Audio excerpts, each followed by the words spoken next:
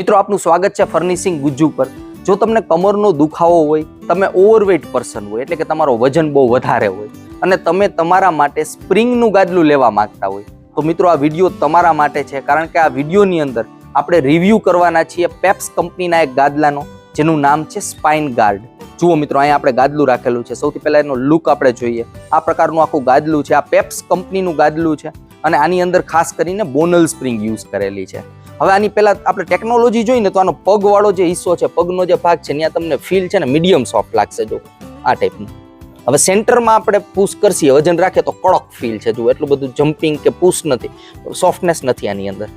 હવે માથાના ભાગે આપણે પુશ કરશીએ એટલે જો અહીંયા પાછી સોફ્ટનેસ છે, એટલે કે પગ અને માથાનો ભાગ આ બંને ભાગ છે ને એ મીડિયમ સોફ્ટ છે આ ગાદલાની અંદર, અને વચ્ચેનો જે ભાગ છે ગાદલાનો એ કડક છે, હાર્ડનેસ વાળો ફીલ છે। એટલે આ ટેકનોલોજીનું નામ છે માર્વેલસ મિડલ ટેકનોલોજી। એટલે કે શરીરમાં જોઈએ તો આપણો જે હિપ્સ વાળો પાર્ટ છે, મિડલ ઓફ ધ બોડી, આ પાર્ટની અંદર સૌથી વધારે વજન હોય તો ત્યાં વધારે સપોર્ટની જરૂર પડે, તો આ ગાદલાની ડિઝાઇન આ રીતના કરેલી છે કે વચ્ચેના ભાગમાં એટલું શરીર ખૂંચે નહીં। હવે મિત્રો આપણે આનું સ્ટ્રક્ચર જોઈએ કે કઈ ટાઈપનું સ્ટ્રક્ચર છે। સૌથી ઉપર તો આ જે ઉપરનું તમને ફેબ્રિક દેખાય છે ને, આ પોલાર ફેબ્રિક છે, પોલાર ફ્લિન્સ ફેબ્રિક કે આને જુઓ। આ લુકની અંદર તમને ઊન જેવું લાગે, જે ઘેટા બકરાના વાળમાંથી જે ઊન બનતી હોય એના જેવું લાગશે, પરંતુ આ ઊન નથી। આ મટીરિયલ જે આની અંદર યુઝ કરે છે લુકની અંદર ઊન જેવું લાગે છે, એટલે કે આ બ્રીધેબલ છે, આ કોઈ ઊનની જેમ ગરમ નથી પડતું, હવાનું સર્ક્યુલેશન આરામથી થાય આની અંદર, અને સ્કિન ફ્રેન્ડલી હોય। સ્કિન ફ્રેન્ડલી એટલે આની ઉપર બોડી જ્યારે ટચ કરે ત્યારે તમને સારું લાગશે, કારણ કે આમ રૂછડા વાળું છે અને લક્ઝરિયસ લાગે ટચ થાય ત્યારે। એટલે આ ટાઈપનું પોલાર ફેબ્રિક આ ગાદલામાં યુઝ કરેલું છે, ઉપર અને નીચે બંને બાજુ પોલાર ફેબ્રિક જ છે, અને સાઈડમાં આ ટાઈપનો લુક આપેલો છે। અને આ જે સ્ટિચિંગ છે, સિલાઈ છે, સિલાઈની અંદર મિત્રો બે ફોર્મ લીધેલા છે સિલાઈમાં સાથે, આ ફેબ્રિક સાથે। એક છે મેમરી ફોર્મ અને બીજું છે પીયુ ફોર્મ।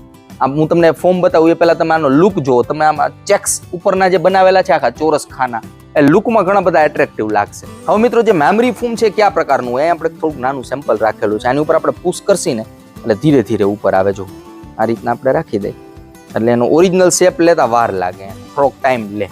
હવે આ ટાઈપનું ફોર્મ ક્વિલ્ટિંગની અંદર યુઝ કરેલું છે કવરમાં।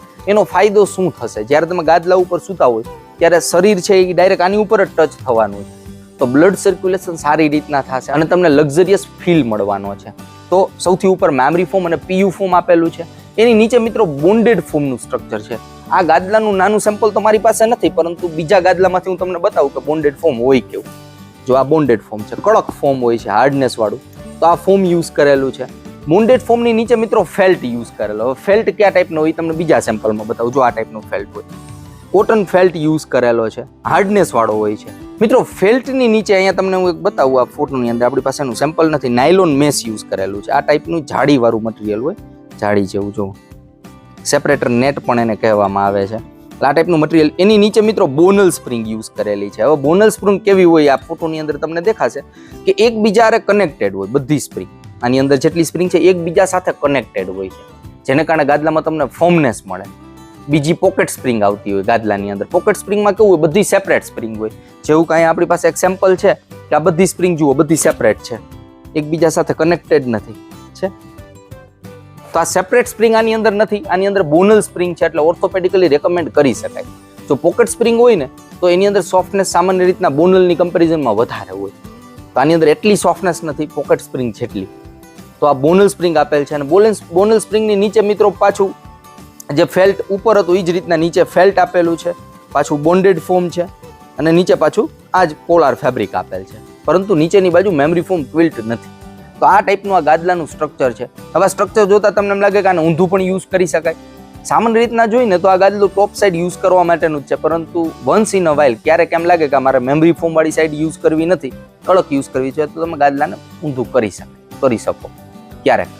ડેઈલી તો આ બાજુ યુઝ કરવી વધારે રેકમેન્ડેડ રહેતી હોય છે। પ્લસ મિત્રો આ ગાદલાની અંદર એજ પ્લસ ટેકનોલોજી યુઝ કરેલી છે, સુપર એજ પ્લસ। એજ પ્લસ એટલે કે ગાદલાની ફરતી કોર જે આ જે સ્પ્રિંગની જે દિવાલ આવે ત્યાં આ ટાઈપની સ્પ્રિંગ યુઝ કરેલી છે। જુઓ કોર્નર ઉપર ને બધી જગ્યાએ હાર્ડનેસ વાળા વાયર છે, આને સ્પ્રિંગ ના કહી શકાય, પણ આ ટાઈપના વાયર હાર્ડનેસ વાળા સ્ટીલના યુઝ કરેલા હોય એવું લાગે છે। જુઓ આ પ્રકારના હોય છે, જેને કારણે એજ ઉપર તમે સૂતા હોય, બેઠા હોય આ રીતના, તો આ જે સ્પ્રિંગનું આખું સ્ટ્રક્ચર છે એ ડેમેજ ના થાય।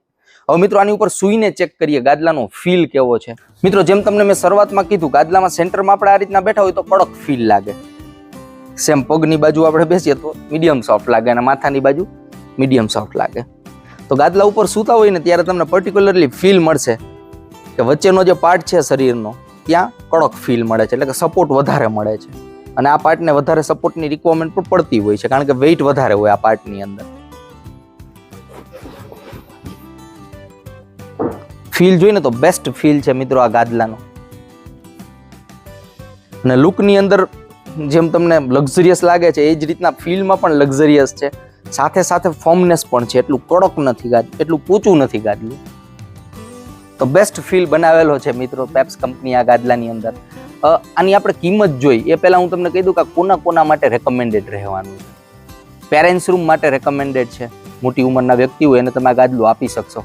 પ્લસ જેનો વજન વધારે છે, ઓવરવેઇટ પર્સન છે, જેને નોર્મલ ગાદલામાં ગરમીના બહુ ઇસ્યુ રહેતા હોય, એવા લોકો માટે પણ આ રેકમેન્ડેડ રહેશે. સપોર્ટિવ મેટ્રેસ છે, એટલે કે માસ્ટર રૂમ અને પેરેન્ટ્સ રૂમ આ બંને રૂમની અંદર તમે આ ગાદલું યુઝ કરી શકશો. અને ખાસ કરીને જે લોકોને સ્પ્રિંગનું ગાદલું જ યુઝ કરવું છે, વજન એ વધારે છે, કમરના દુખાવા છે, એવા લોકો માટે તો હાઈલી રેકમેન્ડેડ રહેવાનું છે. કારણ કે એવા લોકોને પોકેટ સ્પ્રિંગનું ગાદલું રેકમેન્ડેડ બહુ ઓછું રહે, કારણ કે એમાં સોફ્ટનેસ વધારે હોય આની કમ્પેરિઝનમાં. તો આ ગાદલું એવા લોકો માટે વધારે રેકમેન્ડેડ છે કે જેને બેક પેઇન પણ છે, સ્પ્રિંગનું ગાદલું પણ યુઝ કરવું છે એના માટે. મિત્રો આ ગાદલું 5 ઇંચ, 6 ઇંચ અને 8 ઇંચ આ 3 જાડાઈની અંદર અવેલેબલ હોય છે. આની કિંમત જોઈને આપણે 6x5 ફૂટની અંદર 8 ઇંચ જાડા ગાદલાની તો નિયર અબાઉટ 55,000 રૂપિયાની આસપાસ એની એમઆરપી છે.